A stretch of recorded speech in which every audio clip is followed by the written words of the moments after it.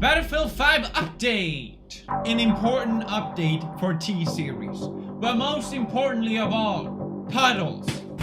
No.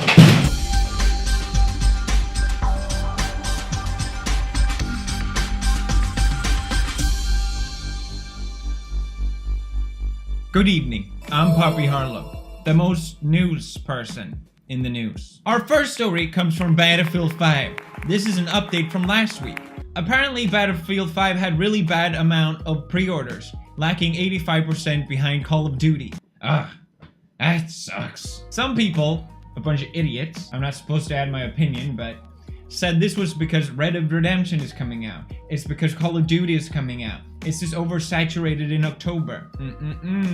The true Chads knew what the reason was behind this, and of course it was because the chief design officer of Battlefield said, "If you don't like our trailer, you are uneducated."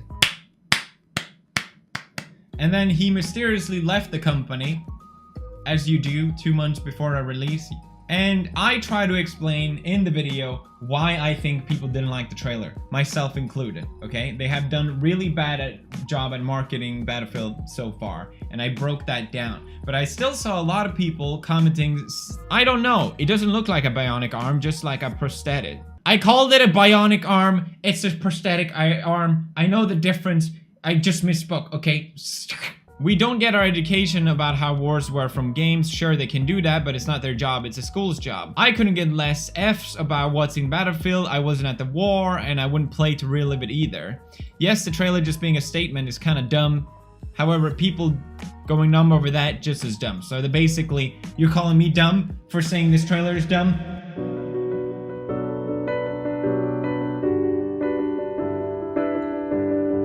Anyway. It seemed like so many people didn't understand what I was talking about, so I will reiterate, just to make this point crystal clear, okay? This is important. Stop, okay? I'm not even gonna pretend that the Battlefield 5 trailer is not the most important thing in the entire universe. You have to understand, companies aren't mortal beings, okay? They will say and do whatever that will bring them more sales. They don't think like human beings because they're not humans. The problem I have, and a lot of people have, with the trailer is not the fact that there's a woman in it. People aren't going, "Ree, there's a woman." No one cares, okay? And to be 100% clear, I don't have a problem with women in power. In fact, I encourage it, okay? You want to do that? Great, good for you. But when you're simulating a war, okay, they know that they have to work within a certain framework, okay?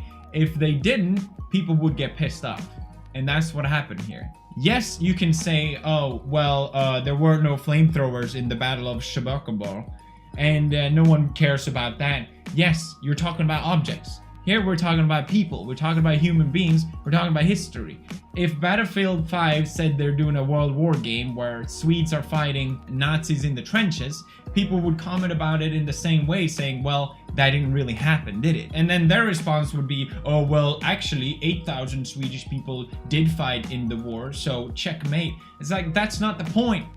Yes, there were women in World War II, but it's not a plausible scenario. So if you want to make the statement of having a woman in power as the cover of the game and in the trailer as the main focus, I think it's great.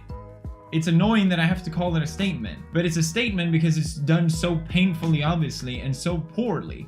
If you wanted to put a female soldier on the cover, why not use something that was actually, I don't know, plausible? Okay, let me just acknowledge, good intention, terrible execution. That's what this is. Now, apparently EA delayed the release of Battlefield until November. I think it's probably a good move, to be honest. This did cause the stocks of EA to drop a lot, and I'm gonna keep developing this story and see how it goes, because it's interesting to me. PewDiePie, my favorite YouTube channel. I'm not supposed to give my opinion, I'm just Poppy Harlow. But my favorite YouTube channel is being overtaken by the channel T-Series. You probably heard about this already, but later this year, PewDiePie will no longer be the biggest channel on YouTube. It will be overrun by the channel T-Series. Now, PewDiePie bravely challenged T-Series to a fight to the death, and they have yet to respond to his request. What a bunch of cowards. PewDiePie has gathered a lot of support by Mr. Beast, for example, Leo Lush, We don't stand a chance against the population of India. Sometimes it's not about who's going to win.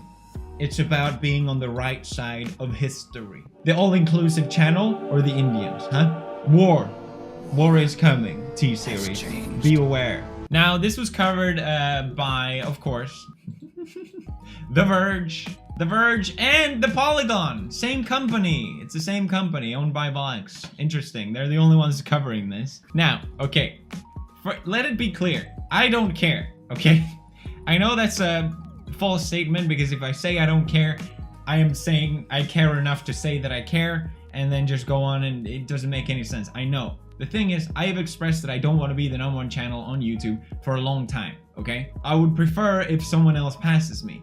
If T-Series was an actual individual and not a company, I would gladly congratulate them on becoming #1. It genuinely doesn't bother me. There are already channels bigger than me, but no one's talking about that. You have music, gaming, sports, and YouTube movies. I'm technically the 5th biggest YouTuber. Now, of course, Polygon. They always know how to grind my gears. So instead of talking about this, I wanted to bring up the point that they bring up in this article, where Polygon brings up this video from MatPat, which says, ironically, what helped Kjellberg become the king of YouTube, as explained by Matt Patrick in the video, Kjellberg managed to reach audiences in countries like Sweden, Italy, France, okay, and the UK, while also building up a fan base in the United States. And I've heard this argument so many times. It's just one of those things that people keep saying, and then it suddenly takes on its truth on its own.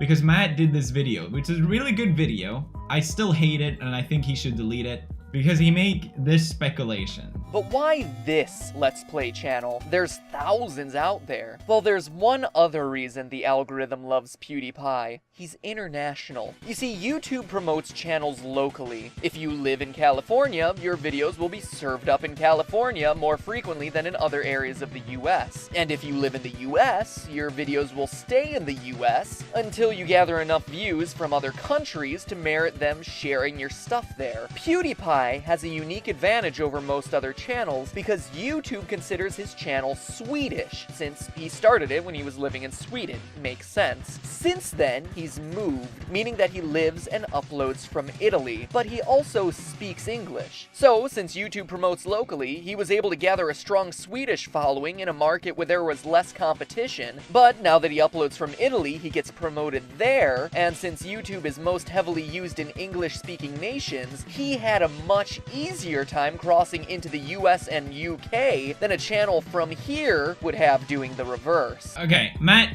you had no idea what you're talking about. This is such a dumb video, and if you want to piss me off, just say, oh, well, PewDiePie, he just grew because he moved countries. The reason this annoys me especially is because it's the complete opposite. When I started off doing YouTube, there was a lot of ways to poke through the system.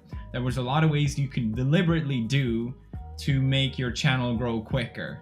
That was technically not allowed, but YouTube didn't really stop anyone from doing it. One of those things would be that you could set your channel country. In your setting, you can set your country to anything, and YouTube will acknowledge your channel as that. It wasn't location based, it was purely based on the settings. And back in 2013, the front page of YouTube was a big part of growing your channel. It was probably how you gather the most subscribers. If you got on the front page of YouTube, that was a massive deal. And yes, each front page on each country was different.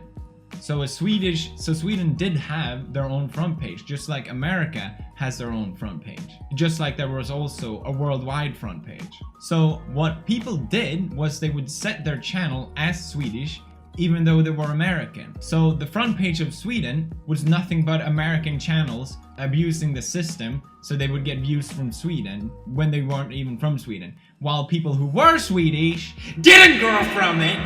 It annoys me because I was so frustrated by this back in 2013. I kind of pride myself that I've never abused YouTube's system to grow my channel. It's one of those things where I've seen, while growing my own channel, a lot of other people do, and benefiting from it as well. So when people make these statements saying, oh, he just grew his channel because, you know, he moved from Italy to UK to Sweden, that gave him that boost, it takes away the value of all the work I put into this channel, working my ass off the last 7 years, and yes, it pisses me off. So this whole thing couldn't be more false, but it's one of those things that keep being reiterated as truth, despite me debunking it. It's annoying, because people take Matt's speculation as some form of truth, and here it is, 5 years later being reported as true. I don't think I deserve 65 million subscribers. I genuinely don't. It makes no sense to me. I don't want to be the biggest channel, like I said. I don't care. I don't care. I just want to be making videos, do my own thing. Everything else is just annoying. Dealing with this stuff is annoying. It's kind of fun too, okay? But it's annoying. None of this makes any sense to me. Like, why my channel got so big, it doesn't make sense to me either. I have no idea. I was the least popular guy in school. I don't understand it still. I still think there's nothing special about my content. So I understand that people want a reason for it. Another thing that's annoying about this article is that, or at least in The Verge, if you ever want to control a narrative, if you ever want something to seem a certain way, all you gotta do is just hand select a few comments. Look at this. You can't just hand pick comments. I don't know why they keep doing it. Well, I know why. Brofist Army, where are you? You dare challenge the king? Alexa, delete this channel. War is coming. Prepare yourself, T-Series. Select video skills and devices. No one asked you! T-Series videos have recently been mostly overrun by swarms of PewDiePie-related comments, some which encourage people to downvote and report channels' uploads. So they're trying to make it seem like, yeah, it's all a bunch of 9-year-olds, which it is, by the way, spamming this poor channel, okay? I think the video that gets 15 million views in 2 days will be okay. I think they will survive. T-Series, accept my challenge to the death. Until then, the swarm of 9-year-olds will keep coming after you. And The Verge. And anyone that dare challenge us. That's right. I pledge my allegiance to PewDiePie. Sorry, we're out of time. I'm Poppy Harlow. Thank you for smashing like on this video. It supports this channel, along with hitting the sponsor button. Arigato gozaimasu. And I'll see you guys next week. I'm Poppy Harlow.